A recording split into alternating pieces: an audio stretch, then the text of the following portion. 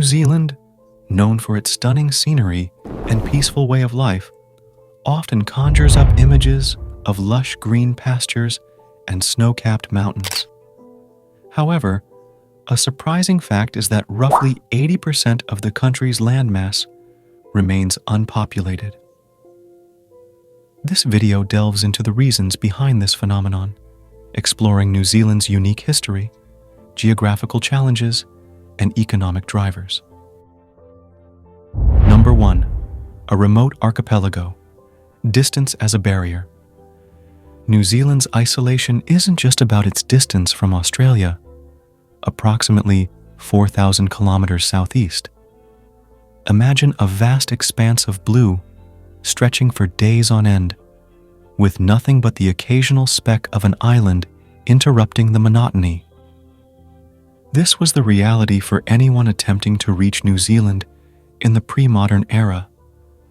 Unlike other regions where landmasses provided stepping stones for migration, New Zealand stood alone, a solitary archipelago surrounded by a daunting expanse of the Pacific Ocean. This geographical isolation significantly impacted early settlement patterns. Sailing ships of the time were limited by wind and rudimentary navigation tools. Journeys to New Zealand could take months, fraught with the dangers of storms, dwindling food and water supplies, and the ever-present threat of getting lost at sea. The sheer distance from major population centers in Asia and Europe acted as a formidable deterrent to large-scale migration for centuries. It wasn't until advancements in shipbuilding and navigation technology in the 18th century that reaching New Zealand became a more feasible, albeit still lengthy, proposition. Number 2. The arrival of the Maori people, a daring voyage of discovery.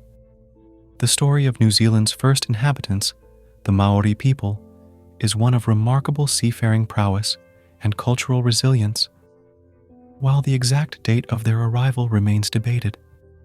Most estimates place it between 1250 and 1350 AD.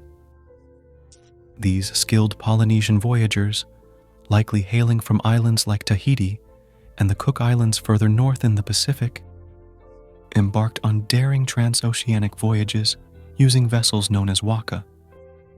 These waka, double-hulled canoes, sometimes exceeding 60 feet in length, were marvels of Polynesian engineering, equipped with sails woven from plant fibers and intricate navigation techniques based on celestial bodies and ocean currents. Their arrival in New Zealand marked the beginning of a unique cultural tapestry. The Maori people adapted to the diverse island environments, developing a sophisticated social structure, intricate spiritual beliefs, and a deep connection to the natural world. They honed their skills in fishing, hunting, and cultivating crops suited to the local climate, establishing a thriving society that would leave an indelible mark on New Zealand's history and identity. Number 3. European exploration and colonization. The arrival of Europeans in the 17th century marked a turning point in New Zealand's history. Dutch explorer Abel Tasman first sighted New Zealand in 1642, followed by British Captain James Cook in 1769. These encounters sparked European interest in the islands, leading to eventual colonization efforts. Number 4. The Treaty of Waitangi and its aftermath. In 1840, the Treaty of Waitangi was signed between the British Crown and Maori chiefs. This treaty, intended to establish British sovereignty over New Zealand, also aimed to guarantee certain rights and protections for the Maori population. However, disputes arose over land ownership and interpretation of the treaty, leading to a series of armed conflicts throughout the 19th century. Number 5. The impact of colonial wars and disease. The Maori Wars, lasting from the 1840s to the 1880s, resulted in significant loss of life and displacement of Maori communities. Additionally, the arrival of Europeans introduced new diseases to which the Maori population had no immunity, leading to a decline in their numbers. These factors, coupled with British land confiscation policies, contributed to the marginalization of the Maori population. Number 6. A land of mountains and challenges. New Zealand's dramatic geography also plays a role in its population distribution. The Southern Alps, a vast mountain range running along the South Island, creates a challenging environment for human habitation and infrastructure development. Much of the South Island's land is mountainous and infertile, limiting its suitability for large-scale agriculture or urban settlements. Number 7. The North-South Divide, a matter of climate and infrastructure. The North and South Islands of New Zealand experience distinct climates. The North Island enjoys a warmer, more temperate climate, while the South Island is colder and wetter. This climatic difference has influenced settlement patterns, with the majority of the population residing in the more hospitable North Island. Additionally, the North Island boasts a more extensive infrastructure network, further contributing to its higher population density. Number 8. A shift in immigration policy. Post-war growth. Prior to World War II, New Zealand's immigration policy heavily restricted the entry of non-white immigrants. This policy limited population growth for decades. However, a relaxation of immigration laws after the war, particularly towards people from Asia, spurred a rise in New Zealand's population. Today, a significant portion of the population consists of immigrants or descendants of immigrants. Number 9. Auckland, a magnet for people and challenges.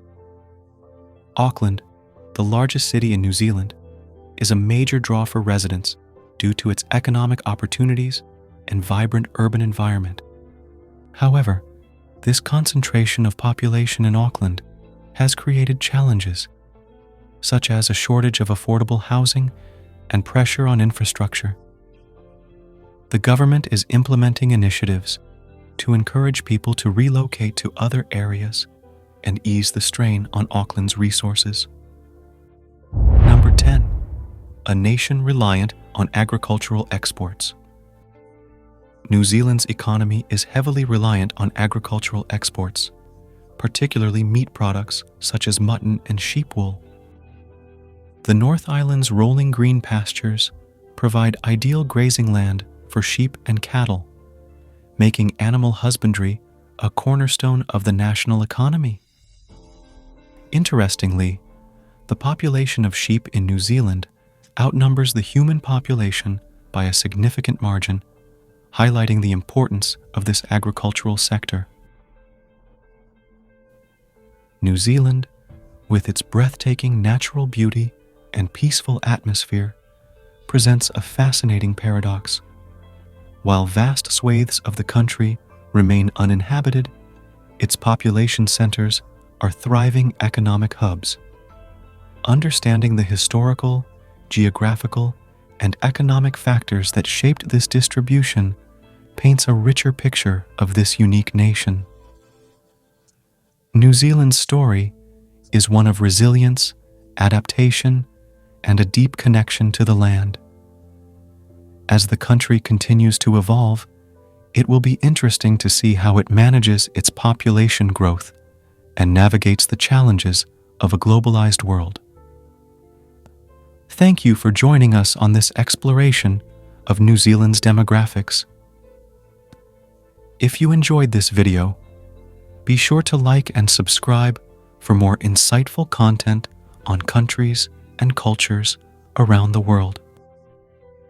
Let us know in the comments below what other topics you'd like us to delve into next. Until next time, stay curious.